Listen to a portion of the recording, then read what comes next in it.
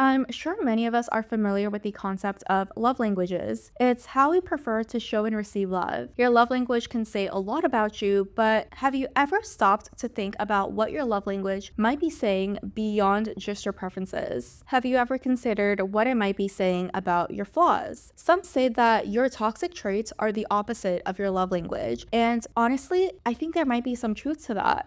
Welcome back to the It Girl Playbook, and welcome back to this new series we're starting where we study ourselves from all different angles with the goal that it brings us higher self-awareness and as a result allow us to better level up into that highest and most confident version of ourselves. Today we're diving into love languages and explore how it can shine light on some possible toxic traits that we have. By understanding these patterns, it'll bring us a step closer to healing if it is needed and growing into that highest version of ourselves. As a brief background for those who may be unfamiliar, the concept of love languages was introduced by Dr. Gary Chapman in his book, The 5 Love Languages, to help us understand how we give and receive love. There are 5 primary ways that we express affection and feel loved. 1. Words of affirmation. 2. Acts of service. 3. Receiving gifts. 4. Quality time, and 5. Physical touch. These love languages are not just about how we express affection, but also how we communicate our emotional needs. By identifying which language we resonate with the most, we can improve our relationships, whether it's with a partner, friends, family, or even with ourselves. Some people, they value the affection they grow up receiving that feels familiar, while others seek what was missing. They crave that thing that they never got enough of or just never got at all. Understanding the depth of our love language can really allow us to explore a level of self-awareness that can be incredibly helpful in personal growth. Understanding certain triggers and confronting these toxic traits that we might have and build our confidence. And so with that said, let's go ahead and explore this hidden side of love languages. If you value words of affirmation, then your toxic trait may be going silent. When you are happy, you say the sweetest words, but the moment that you are upset, you go absolutely silent. You may even go to the extremes of giving people the silent treatment. And I cannot relate to this more. When I was in my angsty teenage prime, my mom and I have such personalities that sometimes when we are really upset with each other, we give each other the silent treatment. Maybe you can relate to this as well, but I think my logic behind this is that if you cannot understand me, then why even bother talking about it? And my oh my, is that not healthy? It just drags out the issue because we're way too busy trying to ignore each other. For others, they might withdraw emotionally instead of expressing their needs for positive words and communicating their emotions, hoping that others will intuitively provide the affirmation that they need. This leads to disconnection because by you staying silent, you don't even give others the opportunity to meet your needs, because there really are some people who think that when you shut down and go silent, they think that you want the space and will try to give you that because they care about you, but it will only be counterproductive. I know it won't be easy for some, but learn to communicate how much words of affirmation mean to you rather than shutting down and waiting for others to notice. If your love language is quality time, then your toxic trait may be isolating. You really value spending meaningful time with people with undivided attention because it's how you feel most loved and most connected with the people that you care about. However, when you feel emotionally overwhelmed or disconnected, you turn to self-isolation. This isolation often arises from feeling disconnected from yourself or believing that others just won't be able to meet your needs. There may be that fear that if you do open up, others may let you down, and so you withdraw to avoid any type of disappointment. If you feel the need to withdraw because you're having trouble connecting with others, then use your alone time productively to understand your needs so that you can attract the right type of connection. If you're single and you can't find the right type of partner, or you find yourself isolating because you can't seem to attract the right type of friendships, and you find yourself repeating the cycle of putting in some time and effort, and if you don't find the type of connection that you want almost immediately, then you start to isolate. The connection that you lack with others may be rooted in your lack of connection with yourself. Take the time to understand yourself in order to reflect on your needs and the type of connection that you want in a partner and in friendships, and in return, it will make it easier to find that right person for you. It's easier to look for something when you know what you're looking for. If your love language is acts of service, then your toxic trait may be not asking for help. For those whose love language is acts of service, actions speak louder than words. You do things for people without having to be asked because you care. But one thing you won't do is ask for help, or you just find it very, very, very difficult to do so because the logic that you have is that if they loved you or if they cared about you enough, they will want to help you out simply because they care about you, not because you ask. Because your love language means that you crave people helping you do things, it can lead you to repeat this cycle of procrastination where you wait until the last minute to complete something that it is that you need to work on and need to get done. But the logic behind it is that you kind of want to give people time and space to reach out and ask if you want help. It can also mean that you refuse or hate to ask for help because in your head you think, well, if they really cared about me, they would want to do this for me without me even having to ask. Another big reason is maybe out of fear, fearing that if you do ask for help and the person says no, it's a sign that they do not care about you enough and they do not love you. And so you avoid asking for help to avoid causing issues or facing this potential type of rejection because you will take it a lot more personally. Some people want to help you out and do something for you, but they just don't know how. Or maybe they grew up differently and had different experiences and therefore value or don't value certain things that you may need more. I remember in my last relationship, my ex didn't open the door for me. And when I mentioned it, I learned that on previous dates that he had, a girl got so offended that he tried to open the door for her and told him that,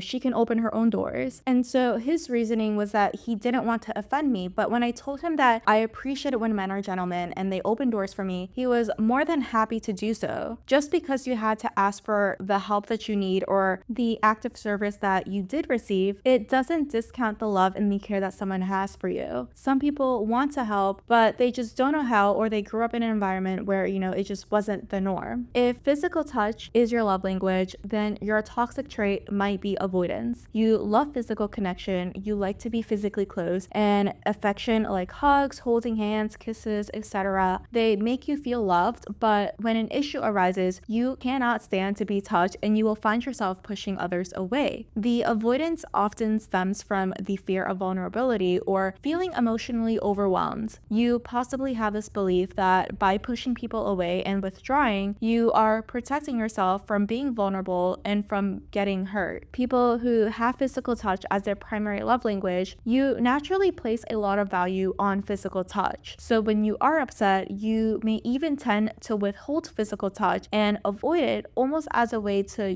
quote unquote, punish the other person. This is similar to how a parent can take away a kid's toy when they are misbehaving. As an adult, you will use a similar technique to convey your emotions, kind of like saying, hey, I'm upset at you and you should know because I'm not giving you any hugs and physically distant with you. However, the person that you will end up hurting more is yourself because physical touch is important to you, and so avoiding it also means you're neglecting yourself from it. If your love language is receiving gifts, then your toxic trait might be impulsive shopping. You love giving gifts and you love receiving gifts, especially the thoughtfulness behind it. However, when something is wrong, you will find yourself impulsively shopping like crazy, but still feel kind of empty inside. And the reason for this is especially true when you use gifts as a way to overcompensate for an emotional gap or to avoid dealing with an unresolved issue. For example, maybe you feel like you need to go above and beyond for a friend's birthday gift to validate that you are a good friend. Maybe you were busy with your own career or with something in your life that you feel like you neglected this friendship. And so as a result, you go crazy on her gift as a way to fill a hole, and that hole being to validate your own feelings of proving yourself that you are a good friend or to signify like an apology for being a little bit more preoccupied. This can also apply to yourself. There is that popular term called, retail therapy, right? Where you feel better after treating yourself to something. There's nothing wrong with treating yourself, but it does become an issue when you're impulsively shopping to feel better so that you can avoid confronting something. For example, you and your partner get into an argument, and rather than solving the issue at hand, you try to go shopping to make yourself feel better so that you are no longer upset and can just sweep things under the rug. And so that void or that empty feeling that you feel inside is likely because deep down you know that you did not address the root issue. Just because you feel better at the moment doesn't mean the issue at hand suddenly disappeared. If any of this resonates with you like it did with me, becoming aware and being able to understand this topic further can really allow us to better handle the situation, to heal, and to set boundaries if needed. You can't fix something if you don't know what is wrong. Not to say that there's anything wrong with you and therefore needs fixing, but if you see yourself with any of these traits and maybe holding you back from becoming that best and highest version of yourself, if you developed your love language from a rather healthy environment, I am so happy for you. You got something that I wish we were all able to have, and that is really something worth cherishing. However, if you developed your love language from a place of lack, I highly encourage you to start giving yourself the love that you deserve so that you don't become dependent on someone else. Your love language can be your internal system, your body telling you what you are not giving yourself. Of course, it's always nice to be loved. It's always nice to receive attention and receive affection, but it can become a very dangerous situation when you become dependent and attached to someone to the point where you cannot be happy or you cannot live your life because they control your happiness and your sense of worth. You want someone to show you that they love you because they love you, not out of guilt, not because they pity you, and not because they want to control you. And the only way to combat that is to give yourself what it is that you need so that you can still allow yourself to accept it from others but not rely on them.